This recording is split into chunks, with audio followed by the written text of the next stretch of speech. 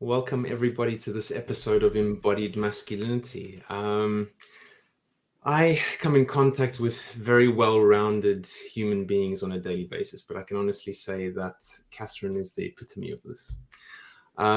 Besides being an experienced senior managing director, most recently being CEO at Code Central, she is a master's qualified engineer, Pilates instructor, a regular competitive sailor, and an outdoor enthusiast, just to name a few things. So welcome, Catherine. Thank you for being with us here today.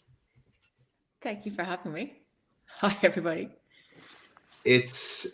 My usual stance on this is that I'd love to get a little bit of a background in terms of how you actually arrived at this place of actually being an engineer, which is, in my understanding, a little bit of a male-dominated environment.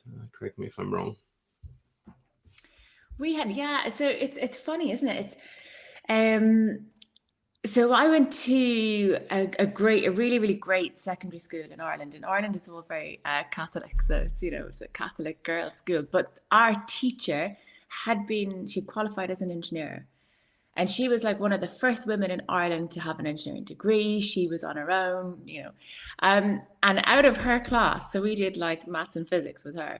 Out of our class, I think there was like 15. So like basically like more than a quarter of her girls went and did engineering in various colleges in Ireland. So I think that having, a role model available, somebody who was able to say, look, this is absolutely what you guys should be aiming for.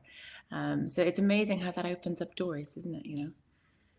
Well, I mean, it's interesting that our topic today is really about leadership, and so what were the characteristics about that teacher in specific that actually kind of drove you into that? I mean, you see, this is the thing. Life, it's kind of like a comedy of all these kind of just opportunities and basically errors that you just meet the right person at the right time.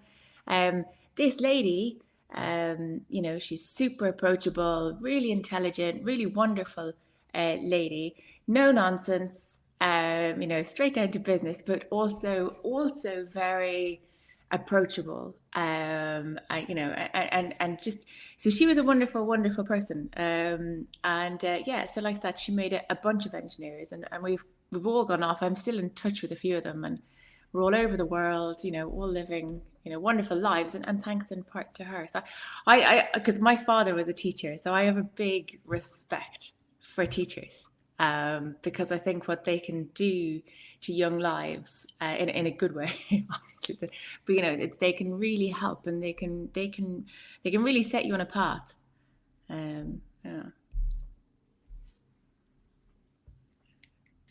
Definitely resonates for me. I had like this chemistry teacher and physics and maths, and it also led me into this whole world of engineering. And I was snowboarding a lot and mountain biking, and so I felt like, oh yeah, I'm gonna build like snowboards and mountain bikes.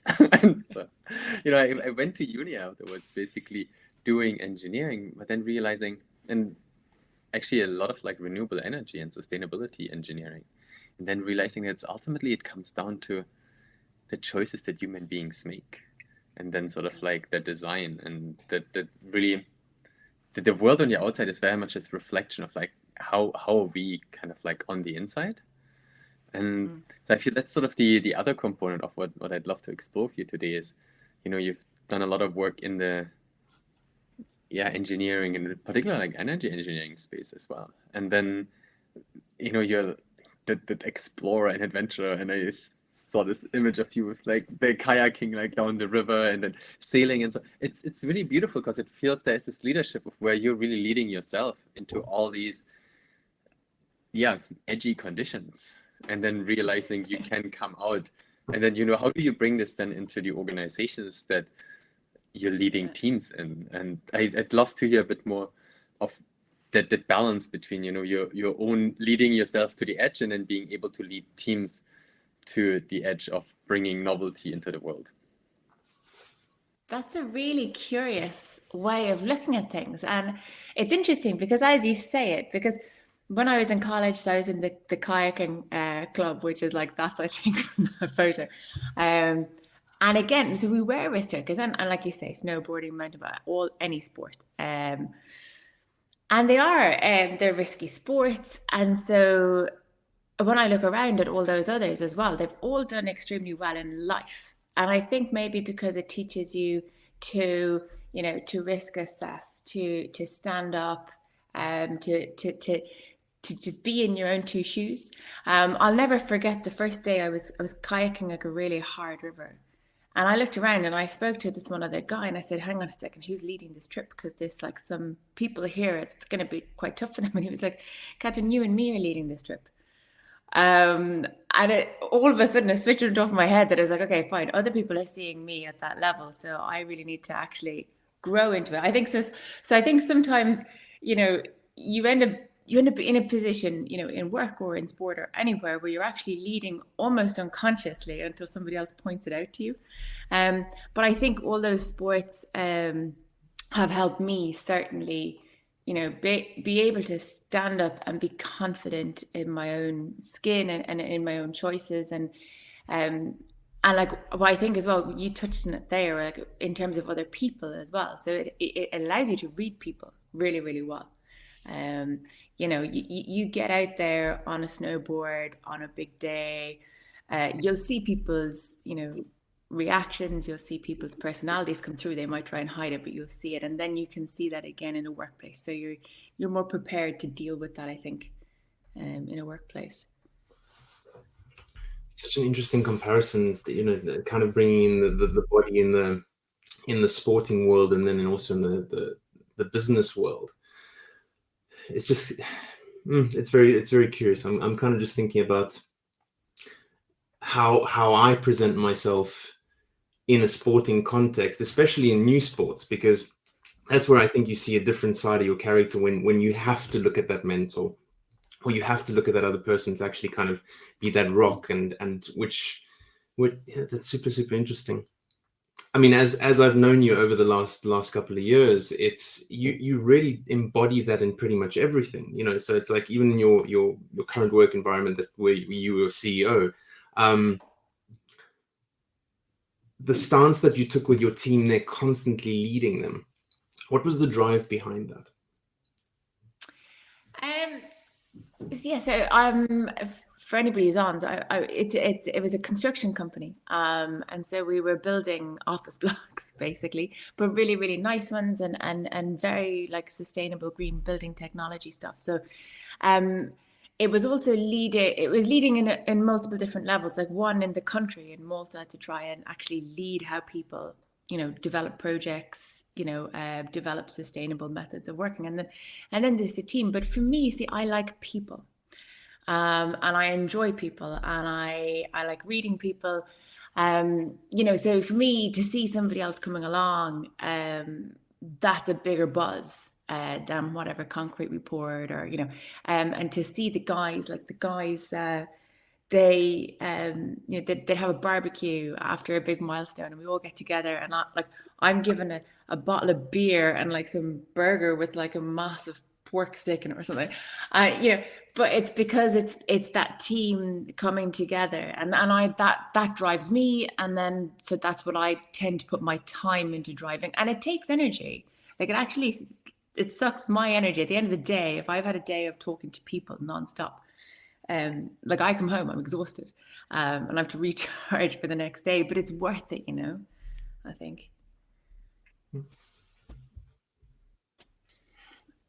Yeah, I can totally feel you on that, being drained in a way, but Yeah. it's this interesting piece where, because I think what you highlighted is that ultimately, yeah, there is this leadership, but it's like that co-creation of something that will remain in a way, whether it's like an office block or like a power plant or whatever it is that you're creating. It's almost like there needs to be sort of this like third entity onto which, you know, you put your energy and the other person puts the energy, and then this other person puts their energy, and so ultimately together as a team you're able to let's say manifest it, you know. It's almost like bringing all these like different layers of focus to bring that specific idea into being. And then I feel on the other hand, you know, you say like at the end of the day you're like drained. Like what is it that you do in order to, you know, bring the energy up again so that the next day you can show up? Because I mean, right now you're on screen, you have an awesome radiance. There's something very beautiful that emanates from you. And so I feel, yeah, that makes you probably an awesome leader in a sense, I just finished last week. I did this retreat. I told Massimo, and they're basically kind of, you don't eat very much. You drink like a smoothie or something. I just, because I have energy, so I kept on moving. And the guy was like, you really need to slow down. Like, you need to slow down your walking. You need to, you haven't eaten in 3 days. But I was like, I got to go running, How do I get it back? Now, these are things, and it's stuff I've discussed a lot with Massimo, because we have these conversations. So how do you get it back? For me, physical exercise is a great cleanser. Like, it's clean your head, clean everything.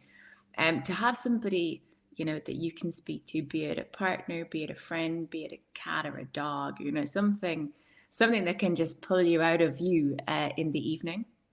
And then also that, like, I do at the end of every single day, I try and tidy up, and I try and pull my mind back up to big picture, which was important for me just in my role, but it's something I've always liked to do, because the big picture is your motivation for tomorrow, because it's very easy to get stuck in today, and like I said, like, what gives me energy is the team and working together. But like, when have we all had like those days every day? You don't. Like, half the time it's variation requests and it's arguing and it's contractors, so a lot of the time it's really heavy stuff you're dealing with, and it's not that kind of positive, so I think at the end of the day, you just rise to the top. You go, this is my motivation on this project, these are the reasons I'm here, this is the reason I'm going to get up tomorrow, and do it again, and to clean out your day. And so what you're doing tomorrow.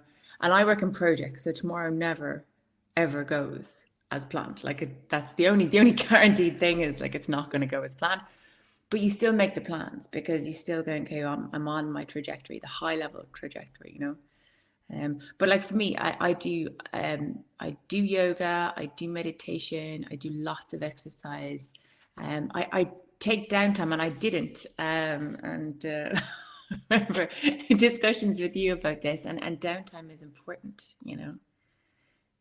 otherwise you're always just pulling out of yourself, aren't you? You're just pulling more and more and more. I love your concept of the bigger picture, because usually when I'm working with clients, I say, when you're too much in the head, you have to go to the body, and when you're too much in the body, you have to go to the head. But it's a really nice third component to sort of take that perspective back a little bit and go, really, what is the bigger picture in terms of what I'm striving towards? And it's a nice grounding technique, especially on a daily basis, because I think a lot of people don't actually know which direction they're going in. And yeah, I think that's beautiful. And then for the team as well, because if you can't tell yourself at the end of the day where you are, how's your team supposed to know? And if your team doesn't know, then you're not a leader anymore, because if you're a leader, you've got to have followers, and if we're going in different directions, then it's not working. Yeah. I wonder then maybe if we can sort of debunk this idea of what actually is a leader. How do you see that? How do we all see that? I very much am a leader from the middle. I mean, look, okay, let's be honest. If we're looking for leadership right now, and without politicizing the podcast in any way, but there is a leader in Europe. And what a legend. Regardless of how the next few days, weeks, and months goes, that is leadership.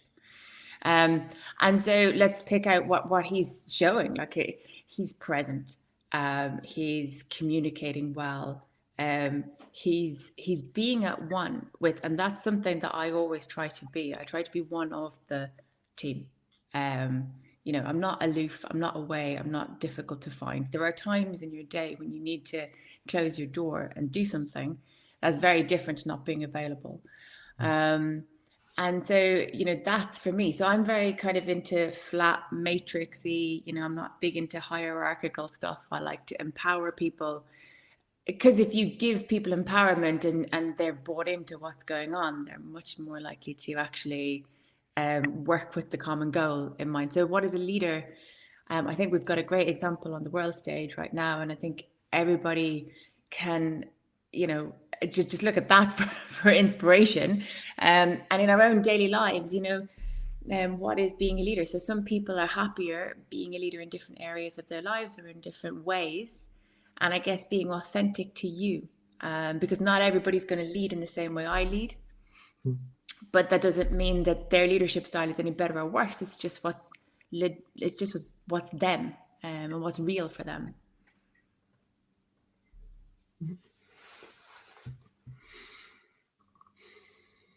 Oh, I've lost my camera. Welcome back.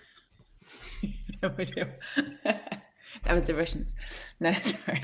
I think like on this leadership piece, it's an interesting distinction that I've explored recently, is this idea between sort of like being a leader and being an example. Where, because I think what you also said is, a leader needs followers. Well, if you live by example, it's basically just you exuding all these qualities that you basically want to elicit from your team. And so I feel that there is this component of, I think what you were saying, Massimo, where being an example is a very kind of like embodied experience of, as you were saying earlier, Catherine, taking these moments of like self-care and being present as part of the team, rather than having this sort of like hierarchical piece of, seeing yourself kind of like on a different plane. And I feel especially also this whole like empowerment piece and leading from, I'm seeing something more in this person, and how can I basically create an environment so that, this individual can grow into their full capacity.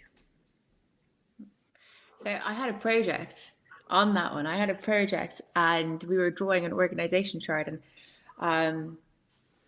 I had spent years building up a team, and I had a great team. And they're like, Catherine, you're not on the org chart. And I was like, exactly.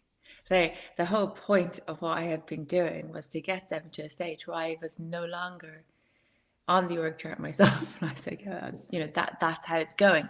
And it is. It's about kind of finding those people and nurturing those people and bringing them up to then expand on your ideas and make it better. But that's very interesting. So the difference between being an example and a leader, I guess,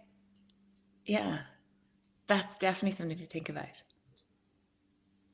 I always think of leadership as being a bit of a lonely place up at the top, if you're going to look at it in a hierarchical manner. And I like to take that same stance of really pulling people up so that it levels out the playing field, because I think it's at that point really where we can be challenged within ourselves to actually be growing more. Because if you do take that stance of just, I guess, identifying yourself as a leader, it's a little bit separatist. And that's something that doesn't really fit well with me. So I like your example, Toby. It's really, what can I embody that is going to be an example for people around me, but most importantly, me living in my truth. I think that's a big thing for me. I mean, I think that's the interesting thing that. Oh, Catherine, you sorry, go. No, I was just going to, by the same token, to get back on that there. From a work, like purely from a work aspect, because I agree with you on a personal on personal life, but from a work aspect, being a leader is lonely and it needs to be. And so, whereas I say there's a matrix and there's and that's wonderful, there is also boundaries you need to have in place so that you can tackle inefficiencies, you can tackle bad behaviors, because you can't do that if you haven't had boundaries set up in the structure. So even though the structure is relaxed and empowering and about everybody growing, there also needs to be the switch there that you can pull if you need to pull it. But obviously then if there's been a relationship and if they know that you're actually if you have their best interest at heart, then any kind of correction is going to go better than it would obviously with your sorry to be sorry, I cut across you. I think we're getting into a really, really interesting space here. Because like I grew up in Eastern Germany, and so there was like lots of like hierarchy and surveillance and shit. And then I spent years in sort of like academia and then the software world, and moving towards more these kind of like lean organizations where it's ultimately a lot of design thinking, this dynamic leadership thing of like, okay, the person who knows best in a specific area steps forth and yeah, basically leads. And then when they realize like, man, I'm no longer sort of like in the depth of my knowing here, then, you know, being okay to step back and making space for another individual to step forth. And I think that always like highlights or brings up this question for me, because you highlight something important there as well with these boundaries and being clear of, okay, like what is the frame, and being the one who holds the frame.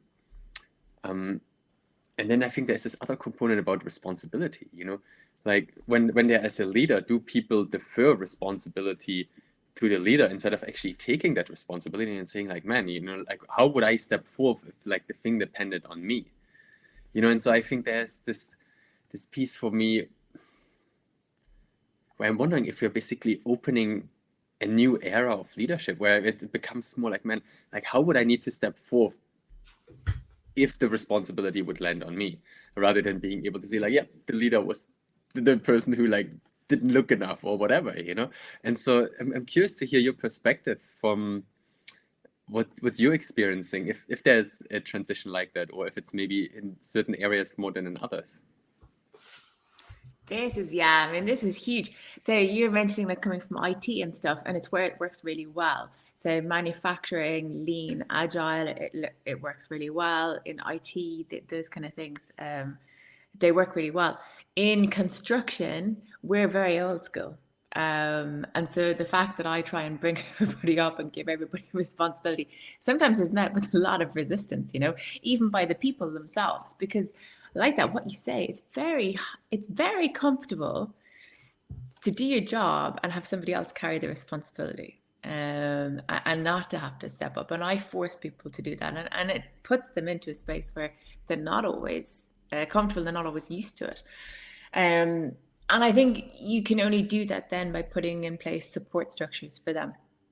So always, if I'm doing that, there has to be a very clear message on the other side going, once I've delegated to you, what you do, you know, assuming it's correct, will be good for me, and I will stand behind you and I will support you.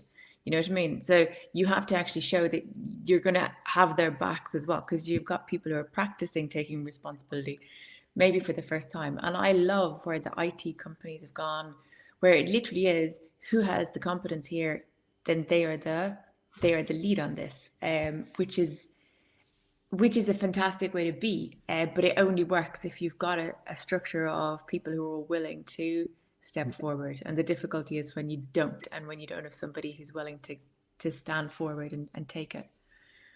I think that leads into something so important for me, because I always look at sort of systems and ecosystems as the, I guess, the space where we can either really, really flourish, or it squashes us into oblivion, really. And as you're both sort of discussing your backgrounds in working in that organizational structure, you know, the therapist in me is going, it's almost like there's two divided selves in us that are having this discussion and going, you know, on an individual level, these are all the things that I'm battling within myself that I need to be putting into practice so that I'm the leader for myself and driving myself to be the best version of myself. And, you know, maybe we can also kind of bring that into discussion, because a lot of people, I'm assuming, that are listening to this aren't necessarily working in organizations as such, but are really looking for that leadership component in themselves and how to get to that space. That's a fantastic way of bringing the two together. And it's true. And the more you do it, the more you practice it. And so feeding one actually benefits the other, and vice versa, you know. And I mean, like, how do you make yourself the leader of yourself? It's far harder because you can't BS yourself. You know, you know what you're thinking, like, so you can't get away with half the stuff. You know, but I think one of the things, I did a meditation this morning, and I don't know what I was doing. I was almost writing it for somebody else while doing it myself. I don't know. I had a particularly long cycle. I was very dehydrated. And I was like, okay, focus on a person, and, you know, focus on them, and just feel gratitude for them and feel love for them, and, you know, do all that. And then I was like, right, now take that feeling and divert it back into you, because that's, you know what I mean? So you build it up, you trick yourself into feeling for somebody else and saying that that's the feeling you should have for yourself. And I think that's where it's a good starting point for managing yourself, is first like getting to know yourself, loving yourself, which is something I have been dreadful at. It's taken me a long time. So learning to like yourself, and then you're worthwhile leading. And then because who do you mentor in a workspace? You don't mentor the person who's refusing to show up. You mentor the good people, So be the good person and then mentor yourself. Does that make sense? It absolutely does, because I mean, the type of meditation that you're talking about, or at least the way that I know it, is loving kindness meditation. And when, as you're saying, a lot of people don't necessarily have that love for themselves or kindness for themselves even, it's usually a lot easier to sort of project that outwards and think of people that they can be kind and loving towards. And it's a beautiful example to sort of bring that back inwards to really highlight the importance of yourself in being able to be loving and kind towards yourself. I think it's a far more enriching and full space to actually work from, rather than being, like you're saying about, dehydrated of any form of love and kindness towards yourself. I don't think you can be a very good leader if that isn't actually part of your makeup. I think so. And like then, so I'm quite hard on myself. Like we were just talking, I push myself.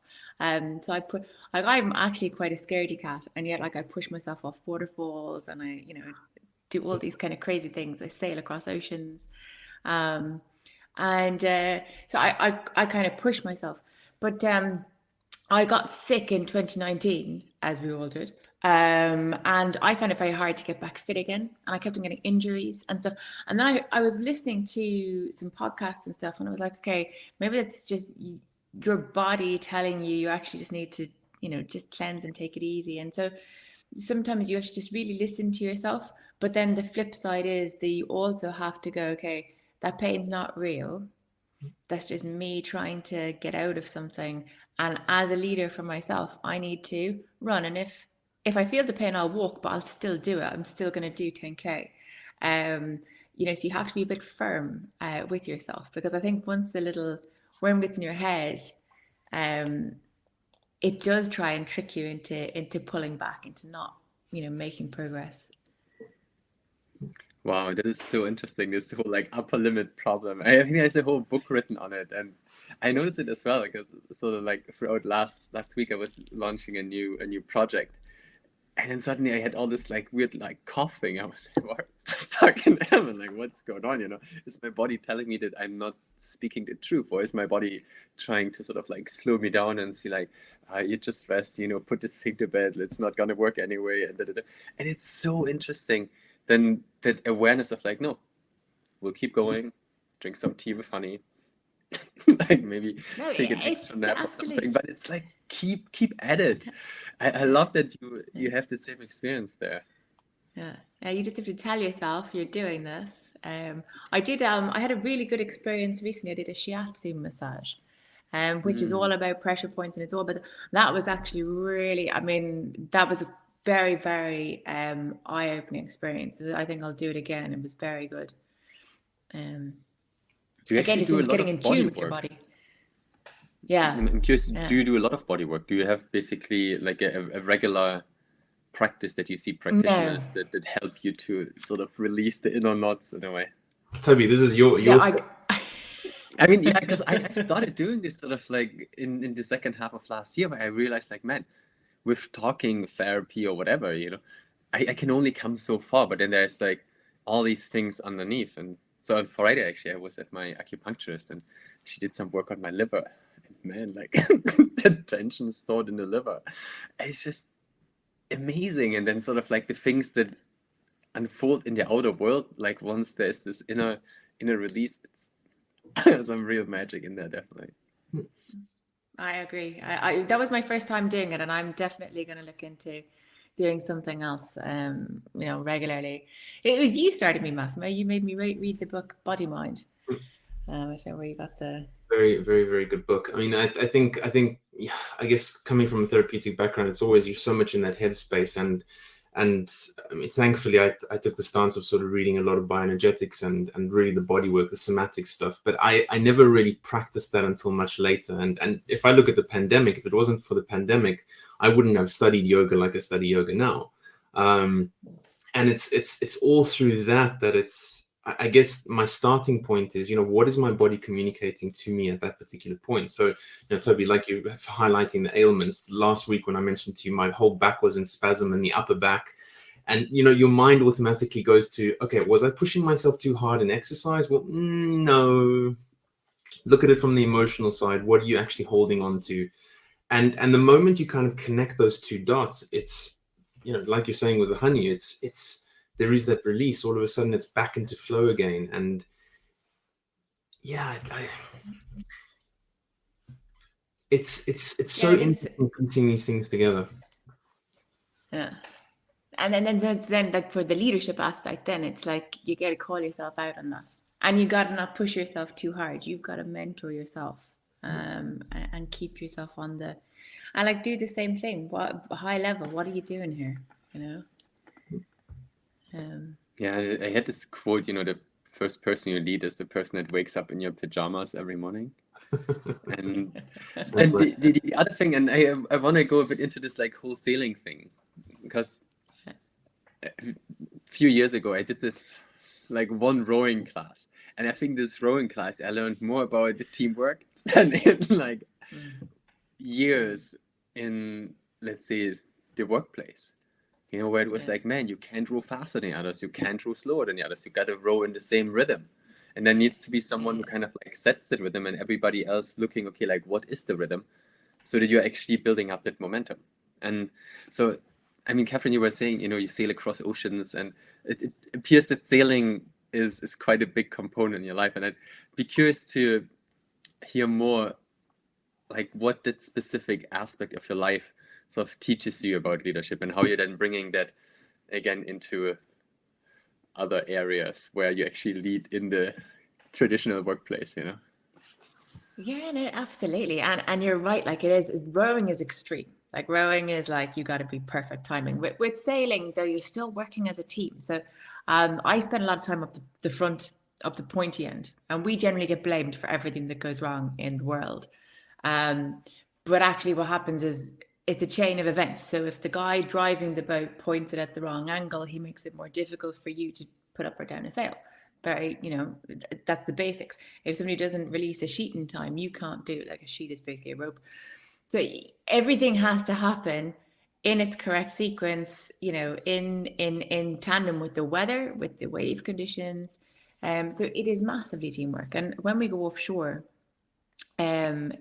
we can see all kinds of weather. We've been in really, really big storms. I've been in a situation where we broke our steering halfway across the Bass Straits, going between Tasmania and Australia.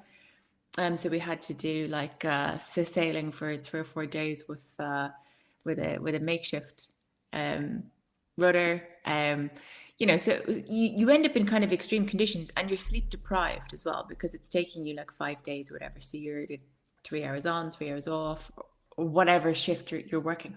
So you get to see people at highs and lows. And what's really, really important is the teamwork and the pulling together. And so you're noticing if somebody's getting cold, you're noticing if somebody's not eating right, if somebody's not, and all these things are like little indications that person needs a little nudge and check they're okay. Because ultimately things will break, and you'll have to react, and you'll have to respond, and you'll have to respond as a team. So how do you get, we practice together. We practice a lot. We practice for worst case scenarios. We practice what happens if somebody falls overboard, like how do we get them back, all these. So you practice a huge amount. And leadership, what's great about sailing leadership is, so with sailing it's very hierarchical. So the skipper is in charge, and generally on each watch there's a watch leader, and he's in charge, and whatever he says you're doing. So if he says, Catherine, I want a different sail, I'm going up there, I'm changing the sail, I'm not having a discussion with him, I'm doing it, and I'm doing it dressed however I am, because I have to respond, because the boat's first. But there's also a huge amount of leadership further down in the boat as well. So there's like middle out leadership and there's bottom up leadership, because everybody sitting on the rail gets wet and cold. And so everybody can be that one that just kind of is like, are you okay? You know, let's hang out here. Let's watch out for something. Let's make ourselves busy so we can warm. So you can be a leader no matter where you are in the boat, even though, you know, one person ultimately has responsibility for the speed and direction of the boat, you know. That's such a beautiful way of looking at collective responsibility and collective drive towards something. And the relationship therapist in me looks at how all those tensions that are, I guess, consciously played out, like you mentioned, someone falling off the boat, you know, practicing that kind of tension, and how is everyone going to sort of come to the rescue and adapt and adjust. We don't do that enough in our personal relationships. And it's almost like we should be practicing more tension so that we're actually far better equipped to actually sit with difficulties in relationships. And I think that's not only sort of in personal relationships, but also in workplace settings as well. I mean, if we were going to take that kind of metaphor and play it out in a workplace, I wonder how that business would actually excel. But it's funny, I would find it much easier in a workplace than I would in my personal life. I think I'm much better because I'm much more able to be objective and think straight, you know, because my head isn't full of emotion the same way it would be in a personal situation. So, and I do practice it. Like in the workplace, I've spent 17 years arguing with contractors. Like that's what I do. That's my job. So it is practice. Whereas I think in relationships, you kind of in your teenage years, they don't last very long, in my experience. In your 20s, they don't last that much longer. And so when things get tough, you just kind of abandon ship. And then you end up in the meaningful relationships of your life. And all of a sudden, you're probably ill-equipped to do that next step of going, no, high level, I want this. And so we need to figure out how to get past this little blip. But maybe that's just me. I don't know. No, I think it's really beautiful, this whole sort of like sailing analogy of like, this is the journey that we're going on. And I mean, I think it's important that, you know, everybody who's like on the journey, like whether it's like in this company or in this partnership, look in the same direction. And then I think there's this interesting piece with like the sailing, because there's this like inherent danger. You know, there's really nowhere else to go. You know, you're on the boat, or if you left the harbor, then you just got to stick it out on the boat. You know, while kind of like in sort of like a company or relationship scenario, there isn't really that binary switch. You're not on or off. You know, you basically, there's tons of harbors in between where you can get off the boat. Yeah, I think at least that's sort of like in a relationship component, what I see, like, wow, if we're able to just commit, and I think maybe marriage was sort of like this thing where it's like, okay, you until death parts you, where you decide like, I'm not getting off, you know, I'm basically going on the long haul over the ocean, and whatever comes up and needs to be resolved. But yeah, I think sort of this commitment piece is actually quite an interesting one that comes through for me in that sense, where we live in a world where, I know, commitment isn't really that important anymore. But I think like when we're committing to something, it allows us to have a different evolution, because we can't just basically hide from our pain or from our stuckness or from our trauma, but we actually need to face it and trust that the container, whether it's the company or whether it's a relationship, is actually strong enough to support us. And I guess that then brings us back to this leadership component, you know, like how do we as leaders, whether it's as leaders in our family or in our work or on a sailing boat, you know, how do we establish that context that then these vulnerable conversations can be had, where it's like, man, actually there is weaknesses that all of us have, and how can we, you know, bolster that? Maybe you can speak into this a bit as well. Yeah, no, I'm loving what you're covering up, because on a sailing boat, basically something's going to go wrong that you have to tackle. And in relationships, things go wrong that you pretend aren't there. So like I've been on sailing trips where my feet are getting wet and we're clearly got a problem, you know, and we have to find where the water's coming from. And we have to do that together. And that's the number one priority. And I think actually there's probably lots of areas in my life, personal and even in business, sometimes you pretend something's not there, yeah? you know, because the time that our steering broke, incidentally. Um, so I was on a date with my now husband, and he was in charge. He was the skipper, and we were sailing across, and the boat starts spinning. And I was like, "Is this bad?" And he was like, "Oh, it'll be fine. Like, we'll figure it out." And so I had just come off the helm, so I was like, it was still okay when I, you know, was driving. And, you know, we got through it. And then the next thing we found some water, and I helped him get rid of the water, and we figured out all this stuff. And it was only about 5 years later that he said that was the moment that he realized that he liked me. It was how we partnered together to like fix the boat and get out of it without any, you know, fuss. So there you go, sailing to real life. But I agree with you. In a sailboat, you have to tackle it. And it's there and then. And I think our lives would be a lot better if we worked on that basis. But Massimo, you probably have better insight than me on that. Catherine, I think like always, you have beautiful insights without being a therapist. It makes a lot of sense to me, you know, not only personally, but also with the people that I work with, couples, individuals, group setting. It's and Toby, you mentioned it before about responsibility, and I think that's really what it is. It's a collective responsibility for the betterment of everyone in the mix of everything. And I think if everyone took that stance and faced up to their vulnerabilities and I guess their own flaws, you're naturally going to supersede that.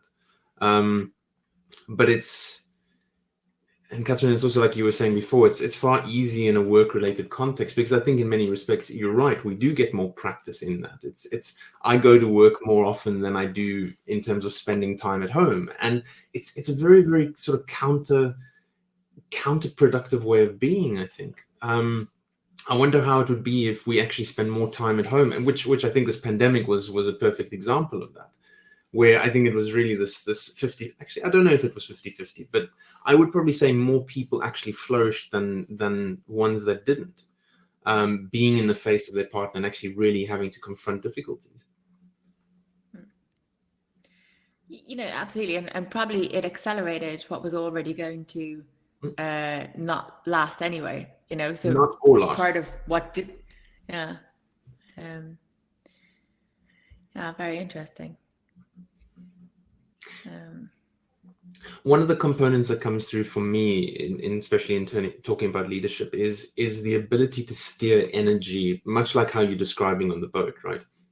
I think if you have a captain, as an example, that doesn't have that capacity to steer that energy, or like you're saying, lower levels, what happens? And what's interesting there is like, this is where sport in general, and we all have seen this, I'm sure, is like, certainly in the sailing world, they're putting massive amounts of research into the psychology of the sport. So what makes a leader? And if you looked at the interviews with all the Volvo Ocean Race leaders in the last race, it's not called that anymore, but they put such an emphasis on leadership skills, the morale of all of the people on board, making sure everybody was in a good mental space. And so I think sport, and I think businesses, but businesses, I'm a bit cynical in that I think a lot of places talk the talk, maybe not necessarily walking the walk. And certainly what I try and do is to genuinely walk the walk on that one, because it's not easy. People think it's, you know, I've done a PwC course in leadership, or whatever course in leadership I'm speaking of. There's millions of them out there, and so I'm going to be improved. No, you're not going to be improved until you actually I'm going to choose this, and this, and I'm going to implement that in my daily plan. I'm going to implement this, you know, because it's not just magic. You don't just go to a course and become a leader. You have to actually, and it's hard to delegate. It's hard to accept somebody else's work and go, that's fine, perfect, well done. If it's not exactly what you would have done, but it's acceptable, perfect, thank you very much. Here's more empowerment, here's more responsibility, it's hard to do that. And it's very important to do that. And I remember reading a book, and because I always thought that was a work specific thing, you know, empowerment of people and bringing people up. But actually, And it was a beautiful thing. It was like basically saying that love is not doing stuff for the other person. Love is allowing that person to grow, and supporting their growth. So it is actually completely the same in a relationship and in the workplace. And it's hard. Yeah. I think that also comes back where this whole sport and business thing is so sort of like overlapping. And I mean, I think you were saying it earlier, Catherine, you know, in sport, you can't really just like shy away from it.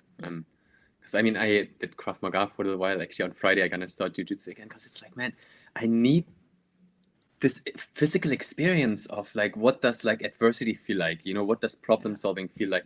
Where it's not just like thinking. And that's, for me, I feel the component with leadership at the moment. It's a very mental sort of like heady thing. While in a way, what's deeper down for me is actually integrity. You know, like, am I showing up with integrity, and am I able to, just by who I'm being, you know, like, am I showing that level of love and that level of trust, and do your thing, and I support you in growing without, you know, my perfectionism coming into the way of being like, yeah, but I expected like this and this and this. And it's fascinating where I feel, for example, the Flow Research Collective and Flow Genome Project, you know, their founders, they had this leadership retreat where basically they took people into the wilderness. And so it's the level of, you know, learning to be with yourself, that level of self-reliance, you know, like what actually like happens when I can't project my shit on my teammates anymore. Like, what happens when I actually, as a leader, need to take responsibility of everything that's unfolding for me? And then, you know, being able to resolve that. So then again, as a leader, it's almost like, I think, much more, you know, therapeutic. You know, ultimately, as a leader, you're a space holder for the personal evolution of your people. And I think that also comes back to what you were saying, Catherine, with you got to have boundaries. Because I mean, at other times, you know, you need to remove yourself in order to actually create that space. And I mean, what you were saying in the evenings, just cleansing the day and deleting everything that's no longer relevant, so that you are big picture excited for the next day again. And then you have the direction, but it's a bit like a flight captain, you know, you're never on course. You know where you're going, but you're ultimately always like, just get back to the course. Totally. Yeah, that's really, yeah, I think you've hit the nail on the head, you know. And it is a very difficult thing to do, because we all know what we want things to look like, but leadership is actually allowing it to look like something a little bit else, you know, so long as it's in the right direction overall, then it's acceptable. I think one of the biggest components for me is eliminating the ego and any sort of narcissistic tendencies in that space. And my experiences with bad leaders is exactly that. I think that's the one component that I think really causes rot within an organization. So I guess a word to the wise is really looking at our shadow sides as well. You know, what is it that we're bringing into these spaces? And if we can identify that, what do we need to actually be working on to really illuminate that a little bit more and be at peace with that? Yeah, I mean, I've worked in some really tough work environments, I know. and I've worked in good tough environments. You led me up that ramp. I worked in good tough environments, which is brilliant, because it just, you know, you're determined to succeed. And I've worked in those ones where it just knocks you down every day, and ultimately, you know, if you're in a situation where you can't change that, then the bad news is you need to change something, and that means you need to change where you are, and you need to leave, because you end up, and what I always was upset about within myself is because you end up being part of the problem. Okay, because you're getting knocked down, it's turning you into a version of yourself that you don't like, and you're fighting back. I'm Irish, so I will fight back. So then you actually end up creating something much more toxic. And so you take his toxicity or her toxicity, and then you add on top of it, and you know, so there's no good if you cannot change how that person is interacting in the environment. If you're, you know, not empowered to do that, then actually you need to retreat away from that kind of environment, because it just drags you down. I think that's also important what you say there, stepping away from that environment. Because once you step away, you potentially again set a model for others to step away. And if enough people step away, then this environment no longer exists. Yeah. And so I feel that's it's again sort of like the energy of people, because without people, like things don't come into fruition. And so if there's enough people that step away from a toxic environment, the thing will disappear. So like mutiny, in other words, in on a ship. Yeah. Potentially, yeah, I'm not quite sure with this word, but it's basically when people remove themselves from their captain and say, like, I'm not longer gonna do what you want me to do. Everyone rebels. Yeah. Yeah. I mean, maybe that could be then sort of like the last piece that we could explore is, if there's these toxic environments, then on the other hand, you know, Catherine, like, what are the environments that you feel bring the best out in people? You know, like what are you doing in setting frames that allow people to bring their highest selves to the workplace every day? Well, this is without sounding cliche, actually, I think this is where diversity really pays. I hire a very diverse workforce kind of by accident, because I really just want a certain job done, or I want a certain function done, or whatever. And I think then, in terms of then when you want a team to get together and be good, actually diversification kind of works. Now, it can be, you know, in an engineering and IT companies, we're often like very introvert heavy, we're very maths heavy, you know, and there can be issues with the team gelling, you know, and technical versus accounts and how that all works. What I love is, because I like people, and I like people treating people on an individual level. Now, that's not always possible because there's just too many, but I think if you can influence the people that are directly, you know, within your circle, and then they can influence, then they're, you know, so you create a culture of treating an individual like an individual, and fairness. I think nothing, being nice, not really, like that's not what you're there for. Being fair. And I think if everybody can see that the experience they have when they go to work is the same as everybody else's, anybody who shows up is going to be treated in the same positive way and fairly. I think that is one of the key things, because it's, if you get it wrong, if there's favoritism, or if somebody thinks there's no point in me showing up because the decisions were made, the minute that goes off the needle, then you will have a negative workplace. So that's really important to get that right. And treating people as individuals, empowering people. You know yourself. Like, I had my first job as an engineer. I got allowed to do things I really probably shouldn't have been allowed to do, because my boss was coming up to retirement. And so he was like, yeah, go ahead, do that. That's fine. Do that. And he always supported me. And it stood me so well. And I always remember how I reacted when I was given a chance. So you got to give people a chance, I think. I think that's spot on. You just kind of took me back 20 years to my starting out in therapy as well. And if it wasn't for my professor to give me that chance, I don't think I would have excelled at the rate that I did. I think it's such an important point. Toby, I don't know if you experienced the same thing. Made autonomy, man. You know, when I was doing my first like research jobs, I always told my supervisor at the time, you know, tell me what you want to be created, but don't tell me how to do it. Because the moment people tell me how to do it, it's like fucking trodden path, man. You know, it's not interesting to me. I want to know, like, this is the goal, but then I want to find my own way, because I feel that wayfinding, that's like day-to-day sort of like thrilling.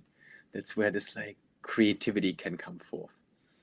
And I think there's this book by Daniel Pink called Drive or something, where there were these 3 pieces that make people like highly effective and efficient, and autonomy, that all 3 of us are here highlighting, has been one of his like three big pillars there. And on the flip side, I have some guys and girls who don't. They want it laid out in front of them, what to be done, and then what they want is praise for achieving. So they want everything, you know, very, very fixed and repeatable, and then they're just going to do a large quantity of that, and they want to be praised. And again, that's where you got to find out the individuals, what is their motivation, and work to that. So this is not a one size fits all either. But I think Absolutely. Yeah, and I think that's super, super important to see like what motivates, and then supporting them individually. Yeah, I love that.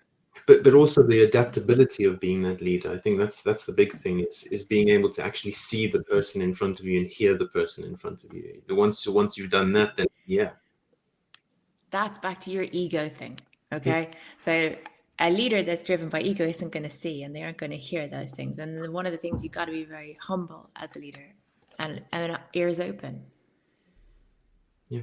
Ears, eyes, and heart. Mm-hmm. And wallet often. But...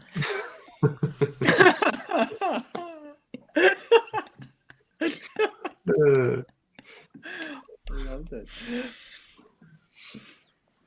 Well, we're coming to a close. Catherine, if people were going to find you and connect with you and want to know more about you, where is the best place? I'm on Instagram, I think. It's my name. Oh no, it's not. It's my pre-married name, isn't it? So it's Catherine Hurley. And I'm on LinkedIn as well, which I've just updated to married. And those are the best places. I'm always checking those. Yeah. Amazing. Thank you so much for being with us. It was super, super beautiful to hear, like, on the one hand, like, this is the workplace, this is what we do in sports, and that sort of like head and heart balance. It was really lovely. And thanks for your radiance. You're very shiny and yeah. You're gonna make me blush. Thank you so much. I've had a really great hour. It's been lovely talking to you guys. So, and you are the first lady that has joined us, one of many to come. So yes, thank you for that. Okay. Thank you for sharing the space with us. Amazing. Thank you very much, guys. Lots of love. Thank you. Bye-bye. Bye.